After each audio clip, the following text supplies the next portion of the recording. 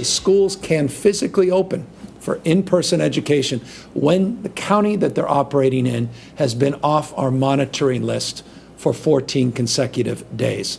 Those words today from Governor Gavin Newsom make it very unlikely most, if any, San Diego school districts will be able to open campuses at the start of the next school year. Good afternoon, I'm Kimberly Hunt, and today the governor laid out new guidelines for reopening schools.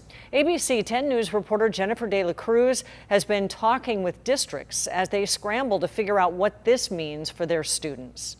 Public education. Governor Gavin Newsom shedding some light on what schools in San Diego County will look like in fall. We all prefer in-classroom instructions for all the obvious reasons. But he says schools can only reopen if they can do so safely. That means the county they're in must be off the state's monitoring list for 14 consecutive days. Schools that don't meet this requirement, they must begin the school year this fall through distance learning.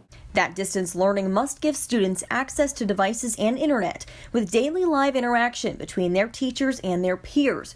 For schools that do reopen in person, masks must be worn and both students and teachers will practice social distancing. He emphasized a need for temperature checks, contact tracing, and increased sanitation.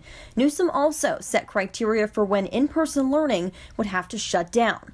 Under that criteria, a class goes home when there is a confirmed case.